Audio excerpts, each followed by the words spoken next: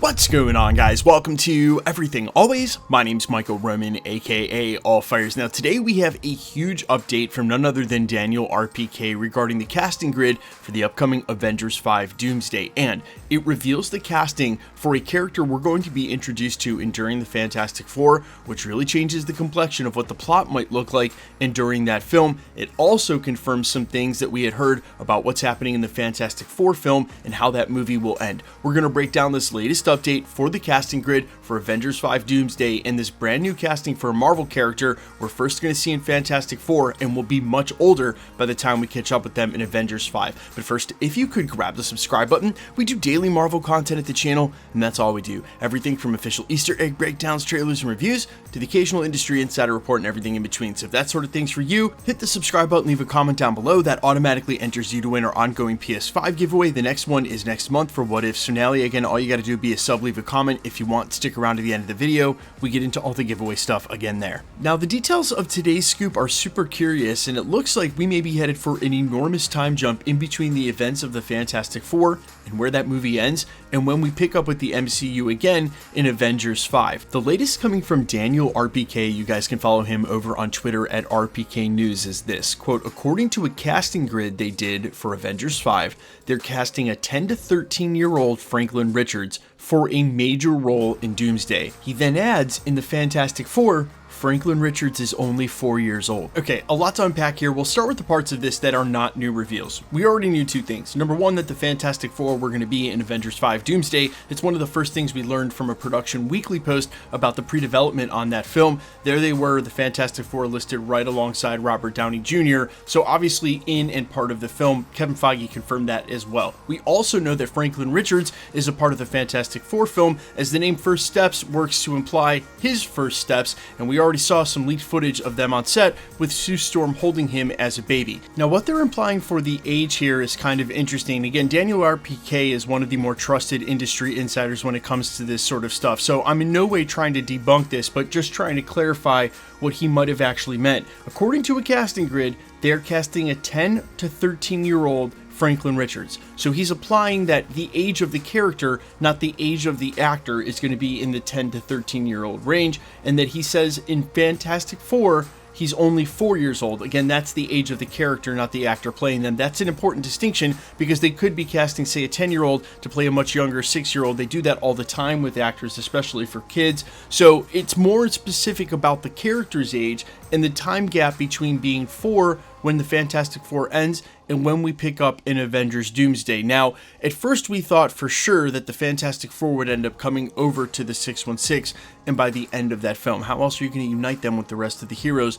from our main continuity? But the more we hear about these two movies, the more I'm not so sure. We already know Monica Rambeau's in an as of yet unnamed X-Men timeline somewhere in the multiverse, and she's going to reunite with the heroes. So it's more likely that there's a vehicle that brings them all together. That could be Doctor Doom creating Battleworld. Still, we suspect this to happen, and by the end of the Fantastic Four film.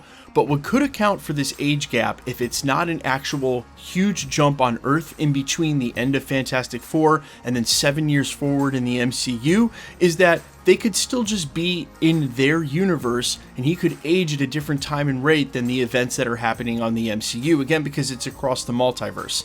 Still, this opens the possibility that when we do get to Avengers 5, it's far in the future of the MCU. So for instance, a post-credit scene that may show Sam Wilson's Captain America arranging the Avengers at the end of his film could actually be a full team, and a full team with actual history by the time we get to Avengers Doomsday. And of course, the huge upside here is pretty obvious. The more time they allow between those films, the more time that they can have as quote-unquote unexplained backstory, so they can put the pieces exactly where they want them by the beginning of Avengers 5. And while they did allow 5 years in between the snap and the blip, which is quite a significant amount of time, but between a 4 and a 13-year-old would be 9 years, which would be almost double that. And a lot of time that would go by between, say, Captain America Brave New World and the beginning where we pick up with Avengers 5. That is a lot of time in the MCU. The complication this presents is for characters that are still on the younger side, like, say, Peter Parker. It won't exactly be able to explain how he hasn't aged into more of a young adult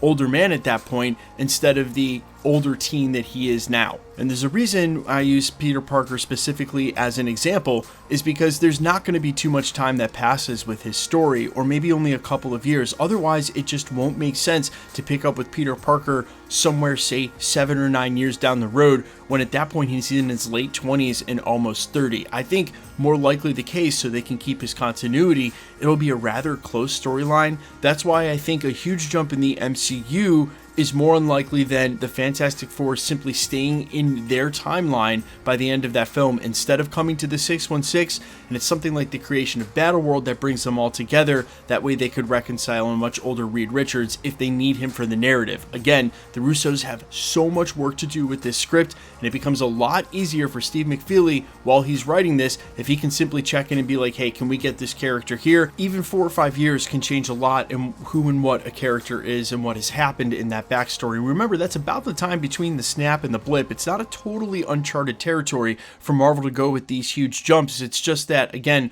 with a younger character, a lot happens there, and they avoided that by snapping Tom Holland's character early. They really didn't have the number of young characters we've got now, like Miss Marvel, Kate Bishop, Wiccan, all etc. in the MCU. It becomes a lot more complicated when you have to show them 10 years down the road. But you guys let me know all your thoughts down below as always. How insane is it that we're about to have Franklin Richards in the MCU? This is absolutely nuts. And if there are still some of you who aren't aware, he is one of the most powerful mutants ever in the history of the Marvel Universe. Even the Celestials in canon referred to him as beyond the Omega level classification. His reality warping skills are, it's absolutely bananas, which for the record I think really does pose its own set of problems for how you can portray just how powerful someone like him is on screen and then make it a totally unfair fight just against everybody else. There's got to be a way to reconcile his power set, still do the character justice, but not have just insane power creep and thusly compression at the top for him versus everyone else. But you guys let me know your thoughts down below as always.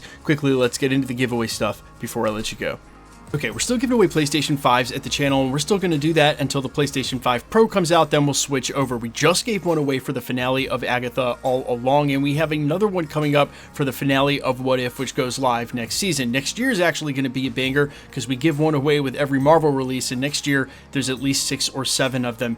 If you want to be entered to win or for any of the other giveaways we do, say through the holiday season, all the same rules will always apply. It's super simple. All you got to do is be a subscriber, so hit the sub button, then leave a comment down below. Because it's truly random, the more videos you comment on, the better chance you have of winning. All winners will always be announced at the end of videos in the same segment we're doing here, live with my voice, and a winning comment when there is one shown on screen. So please be safe and vigilant on YouTube, really any platform. If you should get a comment from an obvious spammer using some content creator's photo trying to claim that you've won a prize, but then wants your information on third-party app, never ever give them your information. That is so unsafe. It's just a ruse. They're all just trying to get you to pay for shipping for a prize that doesn't exist. Keep in mind, no content creator, myself included, will ever charge you for shipping if you should win something. That's kind of part of the deal. It'd be hilarious if we did that. We would never do that, so please be safe and vigilant. If you should get a spam comment like that, and unfortunately, they're still all over the platform, even though they've left my channel alone for a while. If you should get a comment like that, simply report it directly to YouTube. I guarantee you that the content creator, the YouTuber, already knows,